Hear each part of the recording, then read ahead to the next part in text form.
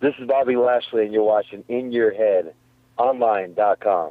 All right, we're back. Welcome to In Your Head Wrestling Radio. I'm the internet icon, handsome Jackie Jones, along with my right-hand man. 1-inch biceps, a power goat. Bah! How about that? That goes out for man. Ryan. He wanted me to do it, so I'll back do the freaking bah. Not just Ryan, you're doing it for the return of the Masterpiece. We got Chris formerly that too. Chris Mordetsky on the show. How you doing, Chris? Very good. How you guys doing? Doing good. You should feel honored because the Power Goat gave you a bah. All right, I'm honored. Excellent. Anyway, if you guys I am honored. Good man. If you guys want to call in tonight, it's 508-644-8503, and just wait on hold till we call on you. The last time we had you on, you had just left WWE, and then a little bit after that, you went back to the WWE. How did that process go? What did you do to get back to the WWE? Well, I had about a year and a half, I think, that I was released, and really, I just kind of pulled my personal life together first. Was that? If you guys are calling, just wait on hold till we call in. I like on. Quiet. Yeah, be patient. Patience. Anyway. She's all excited. Drop the hammer, Jack. All right, we'll just hang tight, one at a time. Right. So, I, through that time, I got my personal life together, and then what? Go on. We hung up on him. Okay, good. Anyways, Raw came over here to the Staples Center at one point, and it was during that Denver debacle deal. And I just went down there, shook hands, met with John Laurinaitis, and, 2 weeks later they called me up and I was rehired. No, during that time you were gone, what went through your mind? What did you think, you had to improve about yourself to get another shot with the WWE? Well, I made a lot of bad decisions. I wasn't mature my first time out, so I knew that I took responsibility for my release the first time, and I understood exactly why it happened. And that's why I think part of me was always kind of figured I'd go back there and make things right. So I didn't really think about it at the time, and I was still battling addiction for a good year after that. But eventually I got myself clean, and then I just knew that I was ready to come back. I knew it was about that time, and I knew I had matured as a person. A lot of it, I think, was just maturity. They signed me at 19 years old, and I was on the road by the age of 21. So, I might have had all the physical attributes, but, I wasn't ready when it came to my in-ring work, my maturity, and it was just, go from making no money to making the amount of money I did. I mean, it was a huge jump. Mm-hmm. Now, when you go back there, did you feel like you had to, prove yourself all over again, or were people just brought you back like you had never left? Well, I was just happy to be back. Kind of when I came back in 2009, I was happy to be back, but I could tell that I didn't have the machine behind me like I did the first time out. So, it was just tough because it was so different from the first time. From the minute I debuted, I had the company behind me; they were pushing me, and then this time, I felt like eventually I had to, do whatever I could to, make the best with what they would give me, so I could hopefully get more. But it made me hungry. Mm-hmm. I know you had some really good matches on Superstars, and we see on SmackDown. Does it ever get frustrating when you think you're out there and you're having good matches and you're getting over with some of the comedy stuff, and they never really put you in any type of angles or anything?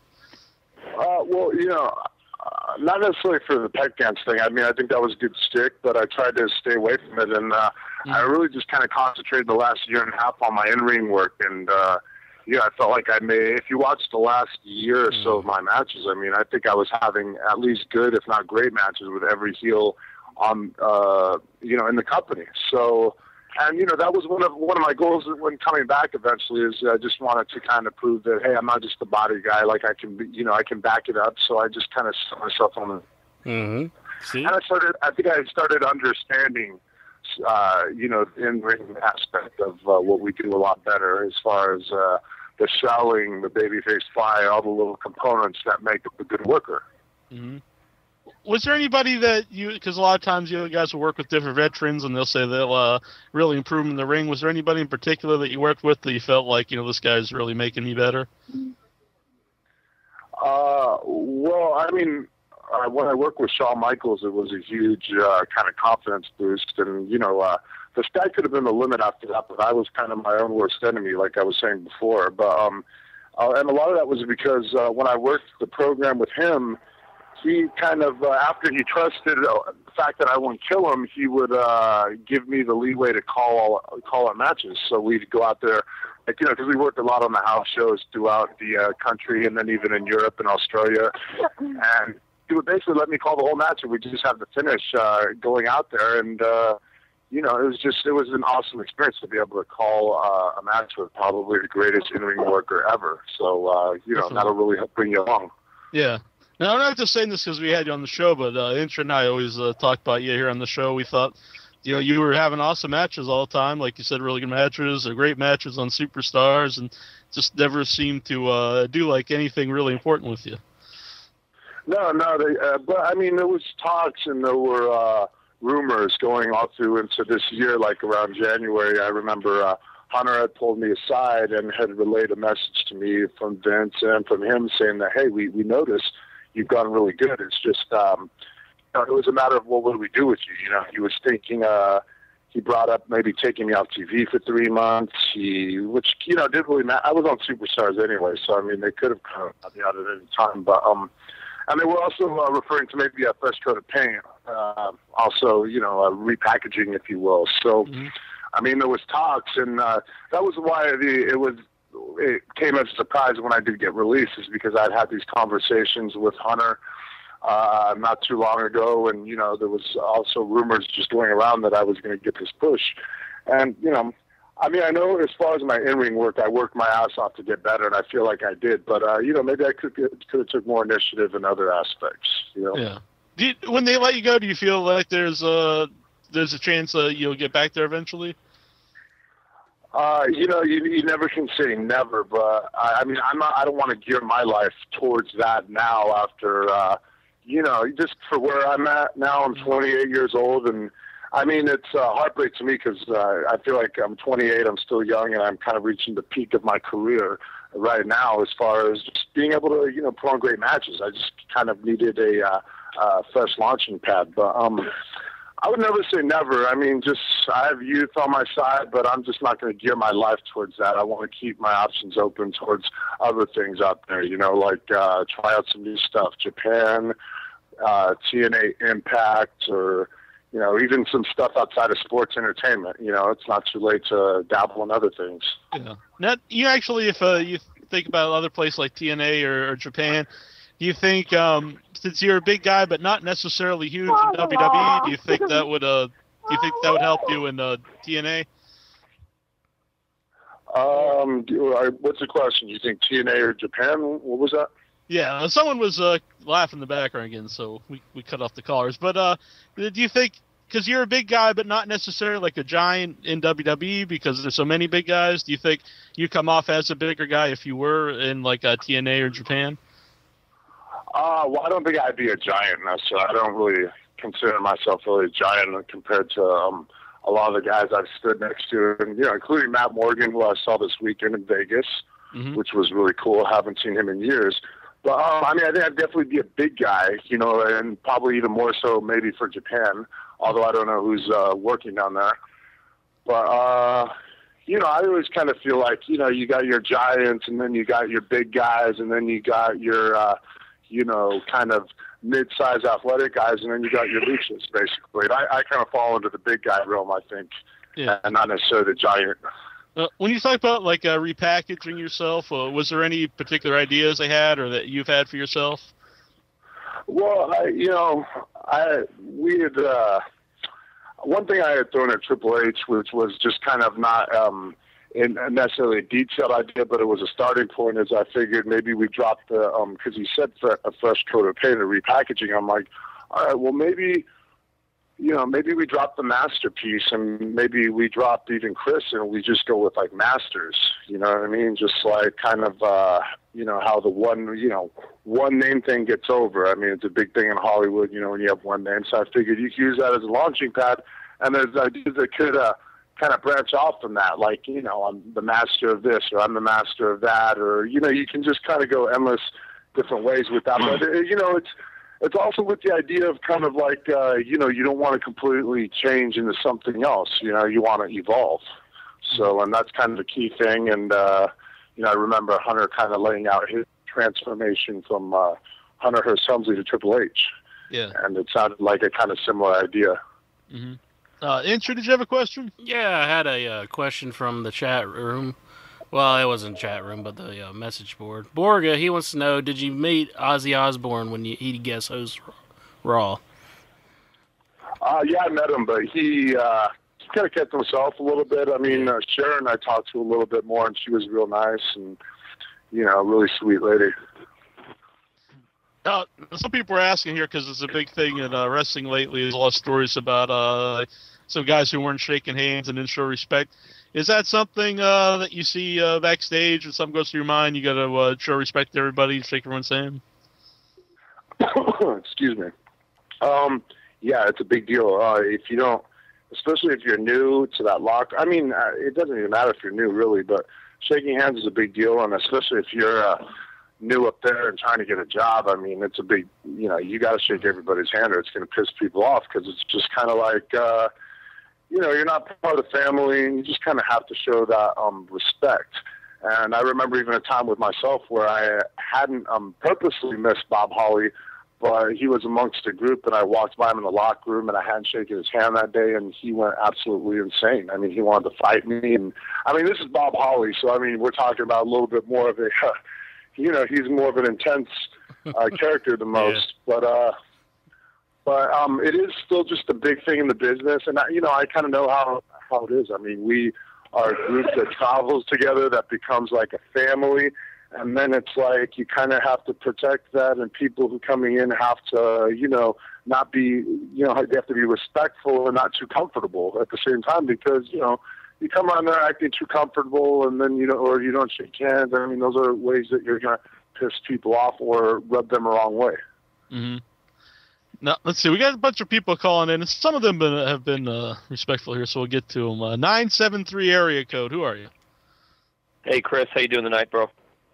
Hey, good. What's up? 973. Hey. What's up? Yeah. Big fan, man. 2 quick questions. Can you talk about the challenge on the road, finding a place to work out and getting nutritious meals? First off, can you hit on that? Well, I became Waffle House actually became a regular spot for me. Oh, and yeah.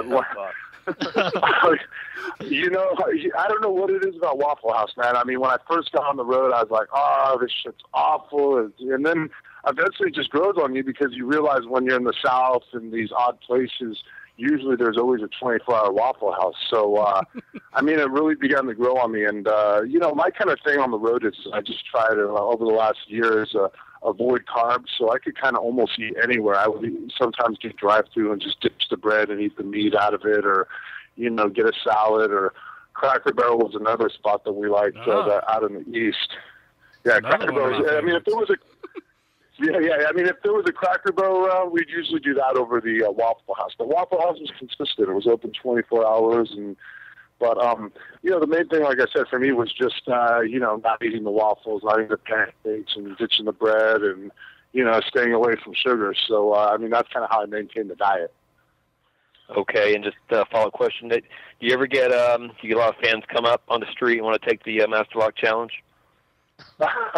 You could imagine how many times I've had people want me to put them in it. But, I mean, it's a great photo op. I can say I've done probably more Masterlock photo ops than anything else. I mean, people usually prefer to be put in the hole than, I'm always thinking to myself, I'm like, this is a lawsuit waiting to happen. I mean, somebody's going to be like, hey, you got these 5-year-old kids and you're putting them in a hole. It just doesn't look good. So, I always try to compromise and not lock the fingers so it looks somewhat, you can see it's a work. Mm-hmm. Somebody's Great arm's talking going with to you. snap somewhere and fall to the ground. You heard If you me. see a man with 1-inch biceps, maybe you probably shouldn't know. No. It's very likely he might catch me at the Waffle House. That's very true. Thanks for calling Waffle in. House is good, man. Yeah, Where's thank you. 973 area code, by the way? I don't know. I'm New York City. New York City. Oh, okay. All right, East Coast representing. Do you have a name? Oh yeah. My name, Don. All right, thanks, man. Don. All right, Don. Thanks for calling in, Don. I like that Don guy. Let's see. 570 area code. Hi, What's your name? Christine. Christine. All right. Do you have a question? Yeah. Hi, Christine. Hi. What was your favorite part working with Eve Torres? With working with who? Eve Torres. Eve Torres. I thought you said. What was my favorite part? To be honest, a lot of the times it was real awkward because I'd never had a valet before and I didn't know how to really use her as a part of the babyface angle, But one thing I'll say about Eve is she's definitely she's very much she's like a strong woman. She's like your strong, independent woman, and you can't help but almost treat her like one of the boys because she's just like, she's like that. She don't even want to be treated like a woman. So I'll just say that she's beautiful and all, but like she's a hard ass. You know what I mean? And she'll fucking give it to you. Excuse my language. That's all right. Awesome. Yeah. That answer your question, Christine? Yeah. Thank you for calling in. Okay. Bye. Bye. Bye, Christine. Let's see. We got Ryan from Maryland. Hey, how you guys doing? Doing good. What up? Ryan from Maryland. I got a good question for you. I just was wondering who was your favorite or is your favorite wrestler to work with or be in a match with, and who was your least favorite that was just always a problem, or you were nervous that you were going to get hurt because you couldn't work, or who was your least favorite and your favorite? Well, definitely my favorite on the first run, obviously, Shawn Michaels, best in-ring worker ever. So I'll hold that on, as far as my first run. Second run was probably Drew McIntyre and Dolph Ziggler, I think, because they were just like, I don't know, I just feel like I had chemistry with those guys, and I only got to work them a couple of times each on Superstars and, maybe a couple of house shows, but, they were just guys that were like two heels that were really good, and like Dolph Ziggler is so good at taking bumps and kind of being very animated as a seller that he can make a comeback look, amazing. And then with Drew, he's just so great about his timing and pacing a match. And, he hits, and I like to be hit, and I like to hit back. So, we had good matches too. So, I mean, if you ever have a chance to check those out, those were matches on Superstars, but I think they were real good, and I'm real proud of them. As far as being hard to work with, like Jack Swagger was tough at first. It took us a while to mesh, and but like it always kind of worked out in the end because we ended up potatoing the heck out of each other throughout the whole match. So we'd usually come back and they would still say a good match, even though we're like butting heads and not necessarily working well together. But eventually as time goes on, they just kept booking us together. And eventually we were able to dance, and it got a lot more fluent. We still hit each other hard, and I can tell you, Swagger hits hard. Anything you see he throws with that right hand, there's a 50% chance it's real. So just keep that in mind. But we joked good events. I kind of my goal was to be able to work well with every single heel and be one of those guys. And I felt like kind of throughout the last year I was able to do that. Of course, some guys are harder than others. Like when I'd have JTG would be more of a challenge. I know a lot of people would give me a lot of shit for putting him on blast, but I'm just saying he was a little more of a challenge, and a few others. But for the most part, I think I could work well with pretty much anybody. Mm-hmm. I saw you versus Jack Swagger live at the Cape Cod Melody Tent a couple of years ago. Well, some of them were kind of rough, so if it wasn't good, don't hold it against me. It was pretty funny, but he was teasing somebody else, and then you came out, and actually the place went crazy for you. One of the little tent shows. Was that one of those tent shows? Yeah. Oh man, those were so fun. I don't think WWE is doing those anymore. Yeah, I've been going to them since I was pretty young, and then this year, the 1 year TNA did it, which it was a really good show. But this year there was no wrestling there. I think it was the first time, probably like 20 years, that there was no wrestling. Yeah, I heard last year when we went. If that, I think you're referring to last year. I think that was our last time going out there, and we were all kind of bummed about it. Mm-hmm. Yeah, it was a good show too. It was Matt Hardy was it was like a 3-way or 4-way for the main event, and it was good stuff. It's always a packed show. Yeah, Cape Cod too is pretty cool. Yeah, that's where I'm from. Thanks for calling in, Ryan. Cool. All right, thanks a lot. Huge fan, man. You guys were awesome. You got Masterlock. You were awesome with Shawn Michaels. You guys take it easy. Have a good night. Thank you. Thanks, Ryan. Good man. Let's see here. We got Gene the Drunk is on the line. All right, drunk. Hey, Chris, first question. Rum and Coke or vodka cranberry? Rum and Coke or what? Or vodka cran. Vodka cranberry juice. Oh, man, I could do either one, but you're going to hate me because on more nights than most, I would probably prefer the vodka cranberry, but I can also do the rum and Coke just as easy. Well, I hope Ric Flair wasn't with you because you probably ended up paying that bar tab. Oh, yeah.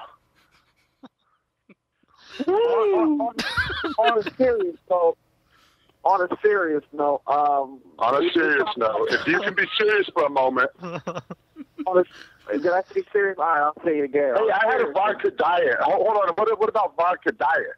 I had a vodka diet. So what if I have like a hybrid of both?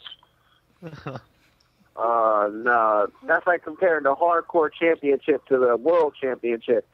Doesn't match up, man. All right, got you, man. Got you. All right, noted.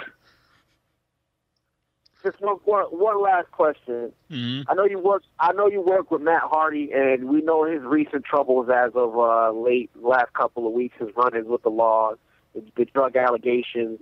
Were there any signs of him being troubled when he was working in WWE? Anything that you picked up? Anything that anybody noticed? Yeah, as it pertains like to the Matt Hardy thing, there have been indications of that for a while. And, I'm not putting him on blast any more than myself just because I've been through the same problem. So, I saw it, and then I guess it carried over to TNA, which, everybody was kind of worried about anyway. But, yeah, it's an unfortunate thing when you get to that point because, you don't even recognize it. Everybody else probably thinks it's so blatant, and why doesn't he see it? But, when you're that deep in, you don't realize you have a problem. So, I mean, he's just so fully fledged in it that, he can't see the realization of kind of, what's going on with him and how bad he's doing. But, I heard he was going to check into rehab. So I'm thinking, that'll work as long as he 100% knows and is able to look himself in the mirror and realize I really do have a problem. And, maybe I need to change the way, change my ways. Because, I even went to rehab and, I just still didn't believe the fact that I had a problem. I didn't believe that I was an addict, and, it didn't work. But eventually I was able to look myself honest in the face and realize, in the mirror and realize that, I did have a problem, and I used some of the tools that I got from rehab, and I got myself right. But I don't think I could have ever done it unless I just kind of finally, was honest with myself, and, hopefully Matt will be too. Actually, on his recent video, he said it started out where he had a lot, he'd been wrestling for years and had a lot of injuries, and he would take the painkillers to help the injuries, and then eventually it became a problem. Is that how you would say? Yeah, that's how it starts. I mean, I had a couple injuries in my early career, like a ruptured eardrum that was real painful, and that was kind of my introduction to that. And then, eventually it just became a problem through, that's part of a bigger problem with our pharmaceutical industry is the fact that they kind of push these narcotics on people, to deal with pain when it's probably not the best thing to do. But, eventually, like I said, just through injuries, it became a problem for me. And, obviously probably the same thing with Matt. Mm-hmm. How strict was the wellness policy your second time around? Were you tested a lot? Or?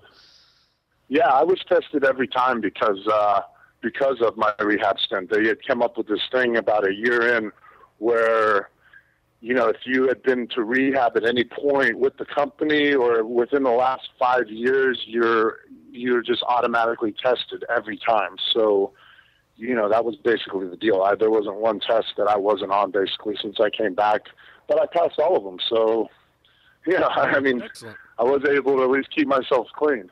Mm-hmm. That's good. Thanks for calling in, Gene. Yeah. See, Yeah, buddy. she had Fontana here on the line. I believe Gene Yeah, was what's living up, up to guys? his name there. How you doing, Fontana? I'm doing good, getting better, man. I had a question for you, Chris. Who came up with the Masterpiece Glimmer? Was that you or somebody else? Well, speak of the devil, Matt Morgan. I was sitting around in Louisville at OBW with like him, Mickey James, and Jeter from the Spirit Squad, and Kalen Croft. And I remember I was going by Chris Masters at the time. And then we were just sitting around one day, and Matt Morgan had said Masterpiece. I don't even know how it came up or whatever, but it was just kind of like the light bulb went off. And then we pushed it on Jimmy that week at TV, Jim Cornette. And she kind of ran with it, and then that's how it all started. Went from Chris Masters to Masterpiece, Chris Masters, and then by the time I got called up to WWE, there was the eventually the Masterlock. Oh, wow. Yeah, I had no idea that was that's awesome. I was to say when they came up with the Masterlock, it's full Nelson, which you really hadn't seen for a long time, and I think when if you haven't seen it for a while, it's like new again. But when you heard they want you to do a full Nelson, did you think that would be a good finish, or did you think you want to do something else, or what did you think about it? Actually, no, I didn't. I mean, and the funny part is a lot of the internet's own criticisms of me are my own kind of criticisms, because I would feel like, the full Nelson, that's too basic of a finish. I'm like, I don't know. I was real skeptical about it. But then, I kind of realized, too, at the same time, it's just like, you can't necessarily always be so inside the bubble, and other people might perceive it differently. And I think what they did is they built it enough on television with the Masterlock challenges to the point where it got a reaction. And, I mean, even to this day, I would be able to use that in matches. I could just tease it, and people would get a reaction out of people. And, it's kind of amazing that it's stuck. But, also you look at a lot of UFC and MMA now, and people just know submissions are legit. They're buyable. So, I think that's another reason why something like that can work. I mean, it's not the flashiest thing, but also, at the time they were trying to go, when I had entered WWE, they wanted this whole thing where they wanted to kind of step back a little bit, because they had taken so many risks and kind of pushed the envelope with the tables, the ladders, and all the crazy stuff, that they kind of wanted to recondition the fans' way of thinking and, trail it back so not so many guys would get hurt, and they weren't, because the next step was they were going to have to kill somebody on pay-per-view, like literally kill them. Mm-hmm. So they just kind of figured we got to trail this back a little bit. Mm-hmm, definitely. And plus, I always thought it's good to have a move where you could put on anybody. Like some moves, like a guy's not going to put a Big Show, and like Punk's not going to give Big Show the go to sleep, but he could put him in the Anaconda Vice. So if you have a move that you could put on any size guy, that always helps too. Well, I mean, that would be great if it was true, but actually, it's funny you mentioned the Big Show, and I can't get it on the Big Show. Oh, okay. No, we tried. Believe me, it was tried. It was even supposed to be part of a television segment at one point, and we had to try it before the show, and there was just no way to really, I think I was able to slightly get it on skinny Big Show, but when he becomes Big Show, there's no way. Yeah. There's no, and it just wasn't going to happen. Yeah, that wasn't my theory. But thanks for calling in, Fontana. Yeah, thanks. Thank you. Yeah. Inch, do you have another question? Yeah, Mr. Moxley, he wants to know, what was it like working for Harley Race and WLW promotion? Yeah. Harley Race, I think, has one of the best wrestling schools in the country, first of all, let me say. And, it's been quite a lot up and down there, but when I was down there, it was a great group of guys, and they were probably some of the best trained guys on the indies that I'd seen in terms of just, matches just all around. I mean, the guys, it was definitely night and day in comparison to a lot of the other things I'd seen out here. But, You know, it was great, and Harley Race was real cool. I got to meet, his wife or his ex-wife that had passed BJ, and I actually stayed at their house and saw their boat and everything at one point. So, I mean, I just really remember Harley as being he's just a great guy, and he's just really warm, and BJ was really cool. She kind of gave me my legs on the indie scene and showed me how to sell 8x10s and all that's basically the whole routine. So it was real cool, and it was probably some of the best experiences I think I had as far as at least American independent wrestling in my time away. Because a lot of it is kind of sketchy, but not all of it, though. Yeah. Yeah. Speaking of that, you said some of it's a little sketchy. What are some of the worst experiences you had, on the indie scene? Well, there's only one time I've been screwed for money, and it was by a guy named. Funny enough, I think his nickname was Shady, so that's the good indicator right there. Right. His name was like Kevin Richardson. I can't remember, something like that. But he screwed over not only just me, but Angelina Love and ODB, and it turned into this big altercation where we had him held up in a hotel room, and not held up with for all you out there, please. We just held up.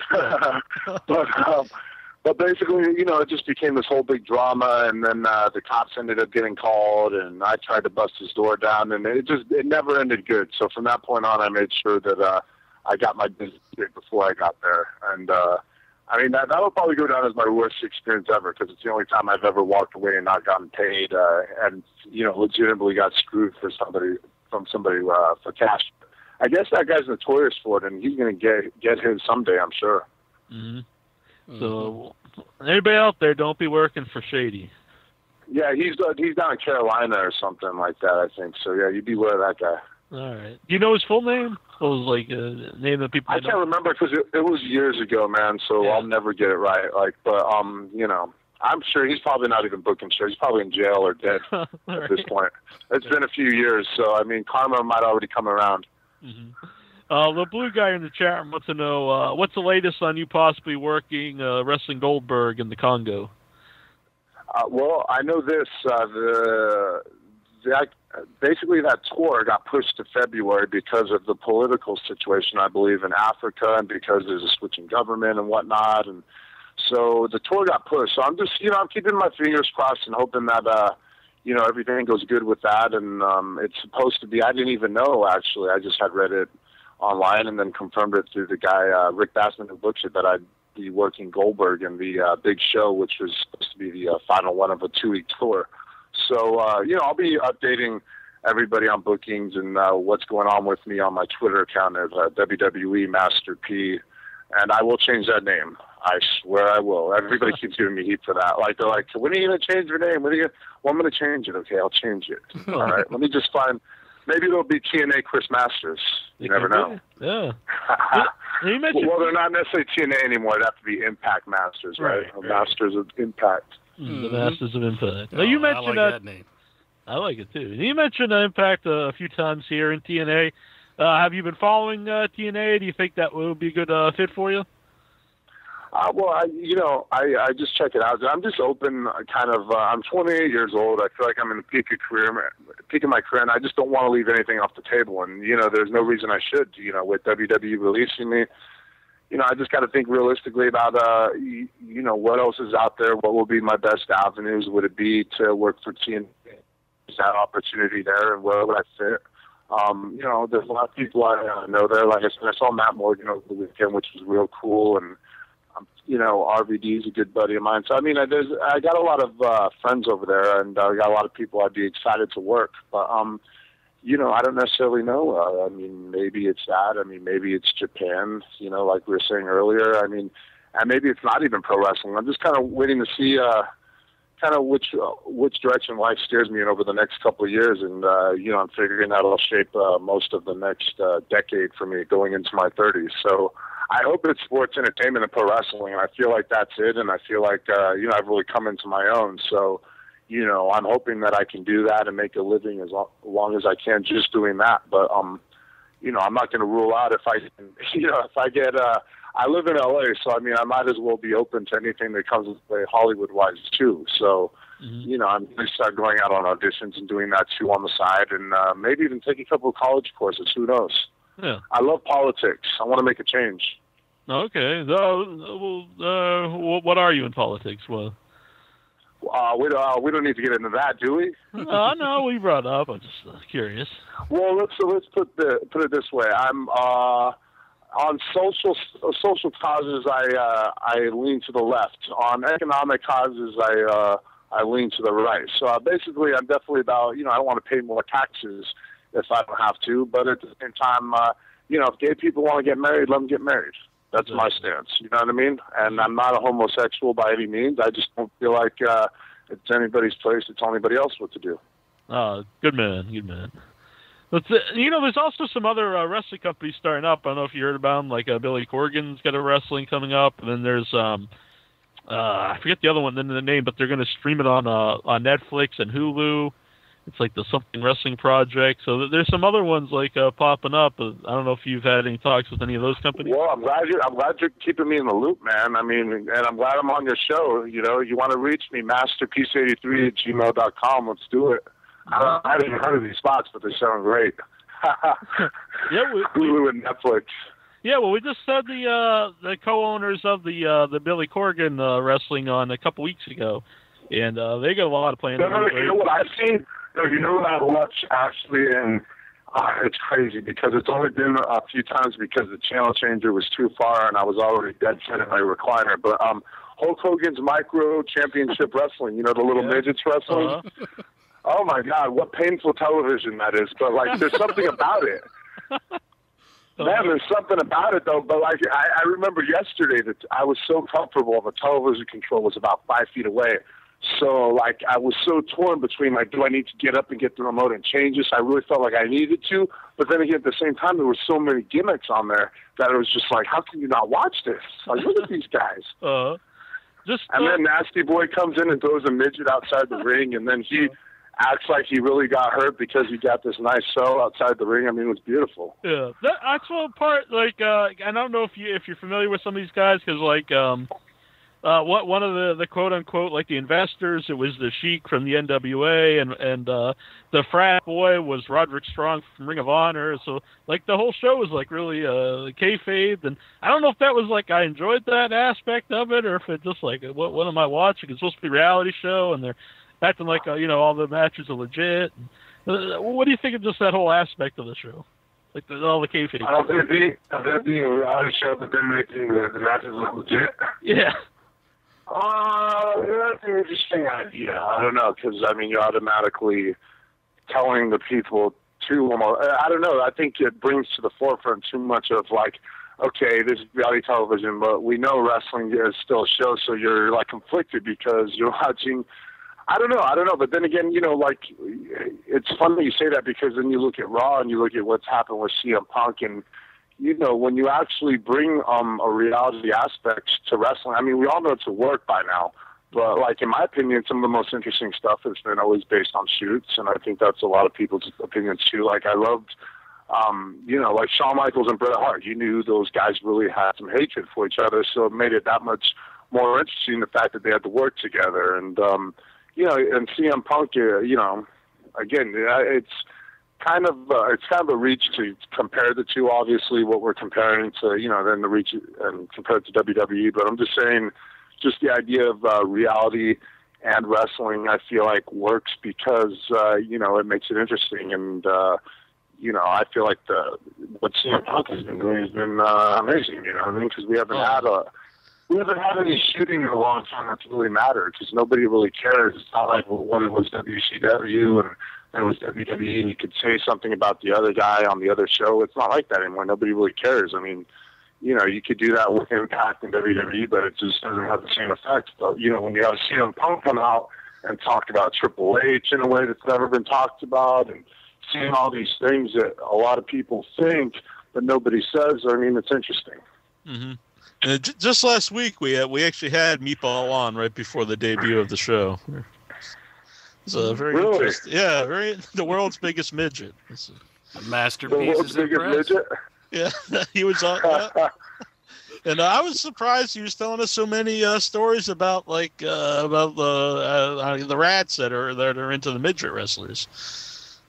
Oh my God, I could only imagine. Oh my God! You mean the grenades? Nah, that's, you know what though? You can't even say that, man. I mean, you know what? And I'm not even just talking about their women. I mean, I'm talking about our women too. I mean, we don't have the girls from they talked about from the 80s and 90s. I mean, we got a whole nother crop of females that, you know. I mean, you're lucky to find a dime out of the bunch. I'm telling you. He was telling us. Yeah, I don't know if they all went on. You know, a lot of people say, "Oh, yeah, they all go to MMA now." I mean, you know, yeah, not the best looking crowd always. I mean, there's not the pretty wrestling fans out there, you know. I'm just saying. He was saying there were 9s and 10s, and they would volunteer to take the stink face, and like he said, that some of them would even slip him the tongue while he was doing the stink face. And I didn't know if I should laugh. It's like start puking. You heard about Hornswoggle dancing with Jennifer Love Hewitt, so I mean, you know, nothing's going to shock me after that, basically. Exactly. You know what I mean? Midgets, they got game, man. I mean, they use that to their advantage, believe me. That little Hornswoggle, he's a devious little bastard. He's like the Inchman. Yeah, it's crazy. Afro here in the chat room, he wants to know, what was it like working with Bobby Lashley?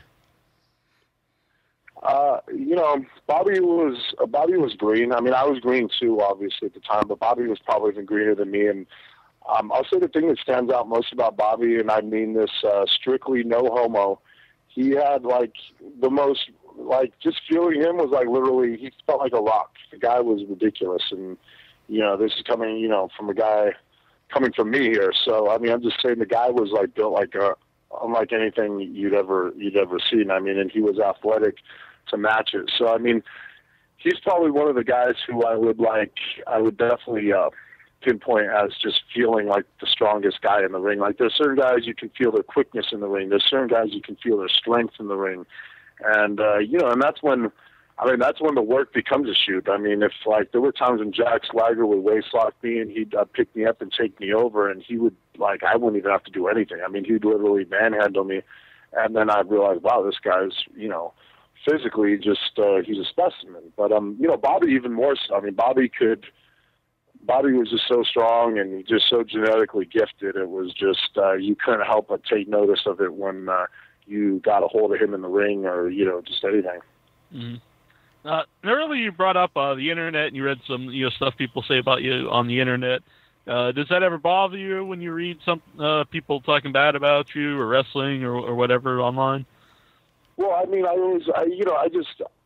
recognize the criticisms, and it's like I almost understood them because I felt like them. You know what I mean? Like, I would have been the first guy to be like, you know what I mean? And I realized I was a guy who was being stuffed down people's throats when I initially got brought in. Like, they pushed me, and everybody already had the bodybuilder perception of me, which, you know, wasn't the case. I only started working out because I wanted to go into pro wrestling. I was never a bodybuilder turned wrestler, and you know, and then, you know, obviously criticizing my work and just saying I'm just a body and comparing me to guys like the Warrior, Luger.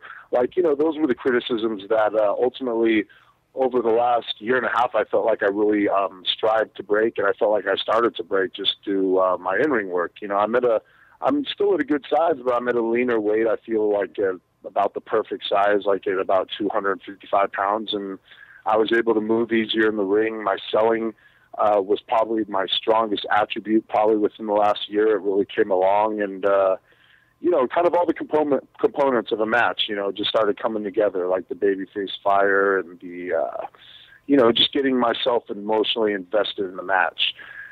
And so, I mean, you know, I just really, I wanted to get a push, and I wanted to be in some good storylines and angles, but another thing I was set out in doing, and I feel like I almost, or pretty much did, is, you know, just break the perception that I was just a body guy and that I wasn't a guy who could work. And, you know, I felt like I proved I could be a worker within the last year. So if you don't believe me, check out any match. You know. Mm-hmm. Definitely. Intro, you said you had another question from the message board? Yeah, second to none. He wants to know who came up with the peck dance for you. Well, I mean, I had done it, I think, and I hadn't even realized I'd done it. I think I had used it like in the first promo with Sean way back in the day. And then it was Brian Gurwitz's idea to do it for the Raw's Got Talent segment. So, I thought it was kind of ridiculous, to be honest. But at the same time, I was kind of like, I'm going to make this the best. I think this is ridiculous, but I'm going to make it as entertaining as possible and try to make the most of it. So, that's what I did. And I didn't realize it was going to get, the reaction it did. And, maybe I did it too good, I think, looking back, because then it became, they wanted me to do it every week from that point, and I was just like, oh, great, how am I going to get past this now, you know what I mean? Because it kind of limited me now to just being an attraction or being a comedic sideshow, and that's why I tried not to do it as much as I could over the last year and a half. I was like, I don't want this to overshadow my work, or how do I evolve from that? You see, Jack, that's exactly how I feel about the bar. Oh, the bar. I make him do the bar every week. Yeah, he begs me. I don't want the bar to overshadow my work here. Well, I know. It already is, man. That's all I've been thinking about. Oh, my God. See, look at this. I did it once for Ryan. It's overshadowing this whole interview, man. Oh, man. You got to do something about that. Oh, I got to figure out something. Can you think of something else I could do, Chris? Something else you can do. I heard they need gigolos in Argentina. Oh, yeah? Oh, there you go. Hell yeah. Yeah, that's what I'm looking to do personally. How I was talking about my next endeavors. I was looking to be a gigolo. Hey, you can get me in. I think it's a good gig if you can get it. Uh-huh. I'm sure the money's just like pro wrestling. They're both good gigs if you can get them. Whether it's wrestling or gigolo, pick one. Exactly. Now, following your interview, actually, you have Tara on here, former Victoria. Do you have any stories involving her? Involving Victoria? Yeah. We got some Jewish love going on. Okay. That kind of love, just some love. Hello. All right, definitely we will. Actually, everyone here in the chat room, they've been saying this was a great interview, and they really enjoy you on the show. Oh, cool. Well, I'm glad everybody enjoyed. I was happy to be here with you guys. I was happy. I was distracted by the buy the whole time, but it's okay. It still turned out okay, I think. I think it's been good. It's definitely been good. And, hey, if you need to follow me, WWE Master P, and for bookings, masterpiece83@gmail.com. Excellent. Boom. And I'll put that right on the website because some people can't spell, and they can just click on it. It'll be like magic. Oh, thank you. It makes it so easy for them. Definitely. Well, thank you for coming on. It's been a lot of fun. Maybe we'll have you back on sometime. All right, gentlemen. You have a good evening. All right, you too. All right, bye-bye. Bye.